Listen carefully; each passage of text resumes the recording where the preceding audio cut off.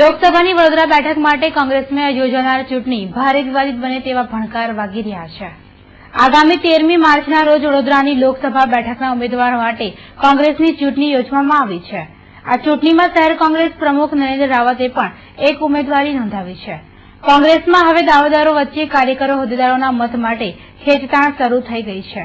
તેવામાં કોંગ્રેસના પ્રમુખ નરેન્દ્ર રાવતે બહાર પાડેલી પત્રિકા કોંગ્રેસમાં ભૂકંપ લાવે તેવા એંધાણ આપી રહી છે। નરેન્દ્ર રાવતે બહાર પાડેલી પત્રિકામાં કોંગ્રેસના કેટલાક નેતાઓનો ટાર્ગેટ કરવામાં આવ્યો છે। નરેન્દ્ર રાવતે બહાર પાડેલી પત્રિકામાં કોંગ્રેસની જૂથબંધી, ભાજપ સાથેની સાંઠગાંઠ, નેતાઓના ગંદા રાજકારણનો ઉલ્લેખ કરી અનેક નેતાઓને વામણા પુરવાર કરવાનો પ્રયાસ કરવામાં આવ્યો છે। પત્રિકાની સત્યતાને સ્વીકારતા નરેન્દ્ર રાવતે તીસરી આંખને આપેલી મુલાકાતમાં કોંગ્રેસ અમુક નેતાઓના કારણે જ હાંસિયામાં ધકેલાઈ હોવાનો સ્વીકાર કરી પ્રાઇમરીઝના લાભનો ઉપયોગ કરી મતદારો યોગ્ય નિર્ણય લેશે તેવો વિશ્વાસ વ્યક્ત કર્યો હતો। લોકશાહીની અંદર આંતરિક લોકશાહી આપવાનો ઐતિહાસિક વિચાર કરનાર રાહુલ ગાંધીએ વડોદરા શહેરના લોકલ કાર્યકર્તાઓને આપ્યો છે એ અભૂતપૂર્વ છે કે લોકશાહીમાં આવો વિચાર રાહુલ ગાંધી જ કરી શકે કે સામાન્ય રીતે કોઈપણ પાર્ટીનો ઉમેદવાર એના હાઈકમાન્ડ દ્વારા નક્કી કરવામાં આવતો હોય છે। તમે જોઈ શકો છો કે ભારતીય જનતા પાર્ટીના ઉમેદવારને નક્કી કરવા માટે આજે નિરીક્ષકો મેદાનમાં છે, પરંતુ ભારતીય જનતા પાર્ટી દ્વારા આ દેખાવ કરવામાં આવી રહ્યો છે। એમને તો નરેન્દ્ર મોદી જે નક્કી કરે એ માણસ જ ઉમેદવાર હોય છે। એમની હિંમત હોય તો રાહુલ ગાંધીની જેમ આંતરિક લોકશાહીના ભાગરૂપે ભારતીય જનતા પાર્ટીના લોકલ કાર્યકર્તાઓમાં ચૂંટણી યોજી અને ઉમેદવાર નક્કી કરે। આ કામ રાહુલ ગાંધીએ કર્યું છે। આટલું મોટું સાહસ કે કાર્યકર્તાના હાથમાં પોતાનો લોકસભાનો ઉમેદવાર નક્કી કરવાની સત્તા આપી હોય એમને ખરેખર અભિનંદનને પાત્ર છે। ભારતીય જનતા પાર્ટી લોકશાહીની વાતો કરે છે, પરંતુ લોકશાહીના સિદ્ધાંતોને અનુસરતી નથી। અમે રાહુલજીનો આભાર માનીએ છીએ। 13મી તારીખે વડોદરા શહેરમાં કોંગ્રેસ પાર્ટીની આંતરિક ચૂંટણી યોજાવાની છે।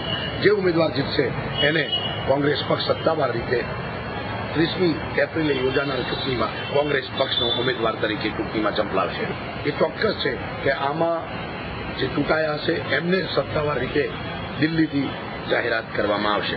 ખાસ કરીને પૂછે ઇલેક્શન દરમિયાન પત્રિકા પણ છપાઈ ગઈ, પત્રિકામાં કોંગ્રેસની જૂથબંધી, નેતાઓની જૂથબંધી, આ પાર્ટીની આંતરિક ચૂંટણી છે। પાર્ટીને મજબૂત કરતી, લોકોના હાથમાં સત્તા આપવાની વાત જ્યારે પાર્ટીની વાત કરતા હોય ત્યારે અમે દેશની કે ભારતીય જનતા પાર્ટીની વાત નથી કરતા।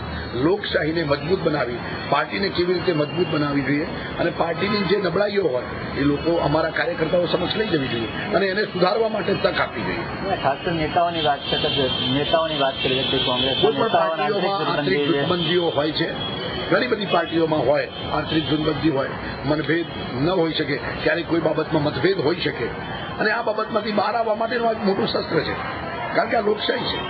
પાર્ટી પણ એક લોકશાહીમાં માને છે। એ સાબિત કરવા માટે જ રાહુલજીએ આ શસ્ત્ર આપ્યું છે કે સામાન્ય કાર્યકર પોતાનો વિચાર રજૂ કરી શકે, પોતાનો ઉમેદવાર રજૂ કરી શકે અને એનું મહત્વ જળવાય અને એ મહત્વ સમજે એના માટે અમે પત્રિકા દ્વારા અમારો પ્રચાર પાર્ટીની અંદર માટેનો છે, નહીં સામાન્ય જનતા માટે કે કોઈ ભારતીય જનતા પાર્ટી માટે કે સરકાર સામે।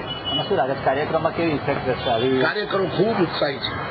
એક સામાન્ય કાર્યકર ને જો ચૂંટણીમાં ઉમેદવાર નક્કી કરવાની સત્તા આપવામાં આવે ત્યારે ઉમેદવારો કે શહેરના આગેવાનો એ કાર્યકરને મહત્વ આપતા થઈ જાય છે, એનું મહત્વ સમજાય છે, દરેકને માન સન્માનથી જોવા પડે। આ એક મોટો પ્રયત્ન છે જેના કારણે પાર્ટી ખૂબ મજબૂતાઈથી બહાર આવશે એ નક્કી છે।